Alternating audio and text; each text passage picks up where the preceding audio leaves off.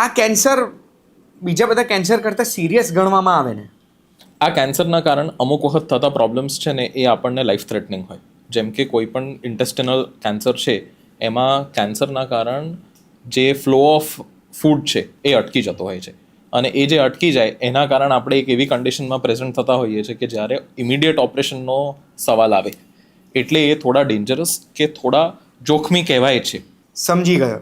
તો સર, મારે એ જાણવું છે કે આ જીઆઈ કેન્સર જે તમે કીધા છે, પેટની આજુબાજુના અંગોના કેન્સર, એના મુખ્ય કારણો શું હોય છે અને આમ કોને વધારે ચિંતાની જરૂર છે? મુખ્ય કારણ એવા હોય છે કે આપણા રૂટીન લાઈફ જે આપણી છે એમાં હવે સિડેન્ટરી લાઈફસ્ટાઈલના કારણ ઓબેસિટી વધે છે.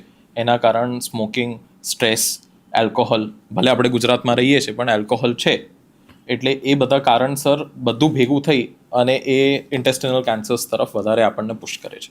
એમાં સ્ટમક કેન્સર પણ આવી ગયું, જીઆઈ કેન્સર્સ બધા આવી ગયા. તો પછી આ જે કેન્સર છે, આ કેન્સરમાં એ વસ્તુ સાચી છે કે લક્ષણો બહુ છેલ્લા સ્ટેજમાં દેખાય છે? લક્ષણો ઘણી વખત આપણને વહેલા ખબર પડતા હોય છે, પણ આપણે એને જનરલ આપણને સારું નથી લાગતું, પિત્ત થાય છે, મજા નથી આવતી, એવું કરીને ઇગ્નોર કરતા હોઈએ છીએ. કારણ કે આ લક્ષણ બહુ સ્પેસિફિક હંમેશા નથી હોતા. અમુક સ્પેસિફિક લક્ષણ કેવા હોય કે જેમ કે વજન ઉતરવું, વજન મોર દેન 10 કિલોઝ વજન, અગર 10% બોડી વજન ઉતરવું in a span of 2 months or 1 month, which is જેમાં આપણે કોઈ કોશિશ નથી કરી, આપણે કોઈ કોન્શિયસ એફર્ટ નથી નાખી વજન ઉતારવા માટે, તો એ બહુ ખરાબ સિગ્નલ છે. એનો મતલબ એમ કે કોઈ પણ આવા જીઆઈ રિલેટેડ કેન્સર છે જેની આપણે શોધ કરવી જોઈએ. એ સિવાય ઘણી જનરલાઇઝડ વીકનેસ જે આપણે કહીએ, જે લોહીના ટકા ઓછા થવાથી થાય, સંડાસમાં લોહી પડવું કે મોઢાથી લોહીની ઉલટી થવી, એ બહુ ડેન્જરસ સિગ્નલ છે. એ સિગ્નલ મળે તો ચોક્કસથી પહેલાં એક વખત ડૉક્ટરને મળવું જોઈએ, કારણ કે એ કોઈક જીઆઈના કેન્સરની લક્ષણમાં આવી શકે. સમજી ગયો. તો સર, એવા કોઈ પોપ્યુલેશન છે જે પોપ્યુલેશન હાઈ રિસ્ક કહેવાય કે એમને જીઆઈ કેન્સરના ચાન્સીસ વધારે છે? સો અગર આપણે લાર્જ ઇન્ટેસ્ટાઇન, કોલોન, રેક્ટમ એવા કેન્સરની વાત કરીએ તો નોન વેજીટેરિયન અને મસાલેદાર ડાયટ જે કહીએ એમાં એ બહુ કોમન છે. એ એટલે કોમન છે કારણ કે એના કારણે ઇરિટેશન, જેમ સરે કીધું, ઇરિટેશનના કારણ કેન્સર થાય. ઇરિટેશનના કારણ બોડીની ડિફેન્સ મિકેનિઝમ એવી હોય કે અહીંયા સેલ્સ બનાવો, એ સેલ્સ આડા તેડા બને અને કેન્સર જેવા બની જાય. એટલે એ કેન્સરનું હિટ છે. એને આપણે હિટ હાઇપોથિસિસ કહીએ અમારી મેડિકલ ટર્મ્સમાં, કે તમે એક વસ્તુ ઇરિટેટ કરવા માટે મૂકી જે મસાલેદાર ખાવાનું આપણે ટેવાયેલા નથી. કેમ કહે છે કે સાત્વિક ભોજનથી આપણને લાઈફ હેલ્ધી રહે? ઇઝ બિકોઝ કે આપણે ઇરિટેટિંગ ફૂડ નથી ખાતા, શરીરના વૃદ્ધ આહાર નથી લેતા, એટલે એનાથી ફરક પડે. જેનેટિક બહુ બધું હોય. કોલોન કેન્સર્સ બહુ જ કોમનલી જેનેટિક હોઈ શકે છે. એમાં અગર ઘરના કોઈ પણ વ્યક્તિને કોલોન કેન્સર કે રેક્ટલ કેન્સર થયું છે કે સ્ટમક કેન્સર થયું છે અને એમની પહેલું ડાયગ્નોસિસની ઉંમર 50 વર્ષ કે 50 વર્ષથી નાની હોય, તો એમના ઘરના સદસ્યોમાં આ કેન્સર થવાની શક્યતા ખરી. એના માટે ઘણા ટેસ્ટ થાય છે, એ જેનેટિક ટેસ્ટ થાય છે. જે પેશન્ટ ટ્રીટ થઈ ગયું છે કેન્સરથી, એમના જે બાયોપ્સી સેમ્પલ્સ હોય એમાંથી આપણે જેનેટિક ટેસ્ટ કરી શકીએ છીએ.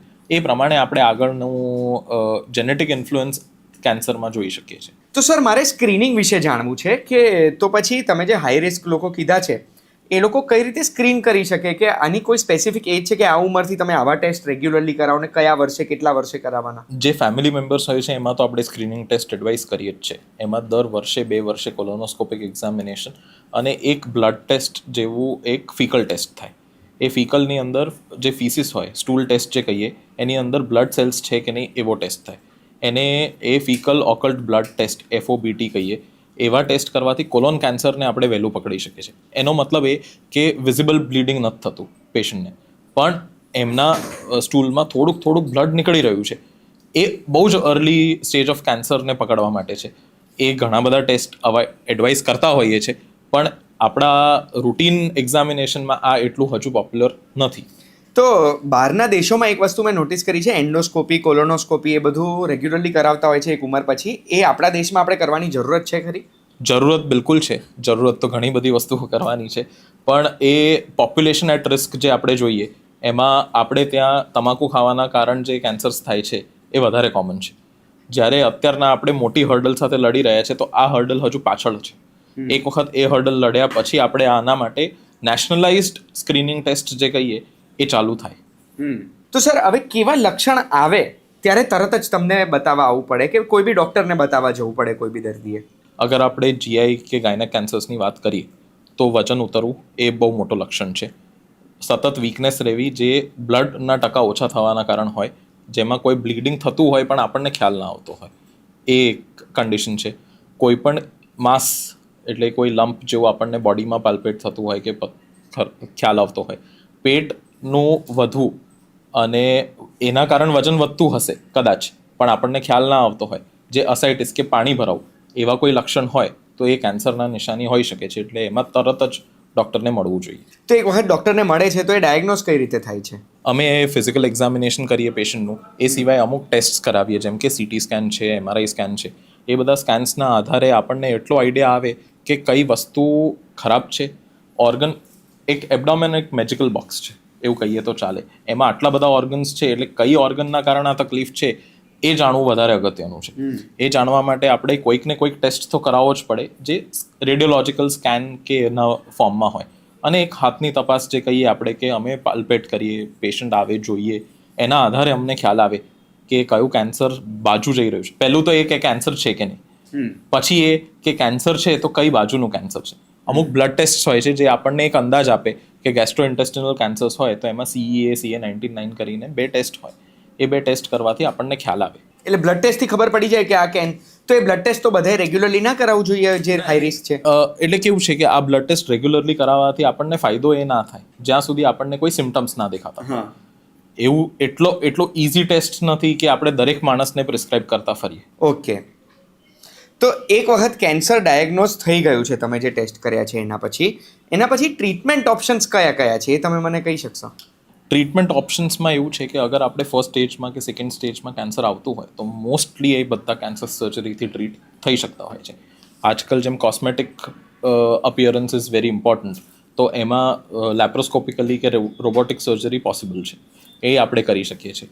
અને અગર એ સ્ટેજ થોડુંક આગળનું છે, મે બી 3rd stage or 4th stage for that matter, તો એમાં આપણે કીમોથેરાપી કે રેડિયેશન પહેલાં આપી એને થોડું ડાઉનસાઇઝ કરી અને પછી આગળ જતા હોઈએ છીએ. એટલે આમાં બંને કીમોથેરાપી અને સર્જરી બંનેનો રોલ આવે. તો સર પેલી જે હાઈપેક પાઇપેક સર્જરીઝ કહેવાય છે એના વિશે મારે થોડું જાણવું. તો આ નવી પદ્ધતિઓ છે તો એ કઈ રીતે કામ કરે? હાઈપેક અને પાઇપેક આ બે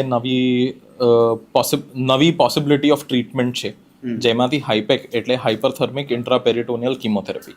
એ ક્યારે અપાય? જ્યારે કોઈ પેશન્ટ ઓવેરિયન કે કોલોરેક્ટલ કેન્સર, ઓવેરિયન એટલે ઓવરીઝનું કેન્સર હોય અને જે પેરિટોનિયમ પર, એટલે પેરિટોનિયમ એટલે એક થેલી છે જેની અંદર એબડોમિનલ ઓર્ગન્સ છે, એ થેલીમાં અગર સ્પ્રેડ થઈ ગયું હોય તો એમાં આપણે એવી એક સર્જરી કરીએ જેમાં જ્યાં જ્યાં રોગ છે એ બધો રોગ કાઢી નાખીએ.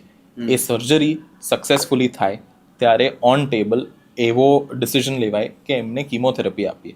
અને એ કીમોથેરાપી લોકલ કીમોથેરાપી છે. લોકલ કીમોથેરાપીનો મતલબ એ કે આપણે જે નસમાં આપતી કીમોથેરાપી હોય એની જે અમુક સાઇડ ઇફેક્ટ્સ હોય એના કારણે એને એક લિમિટેડ ડોઝમાં આપી શકીએ.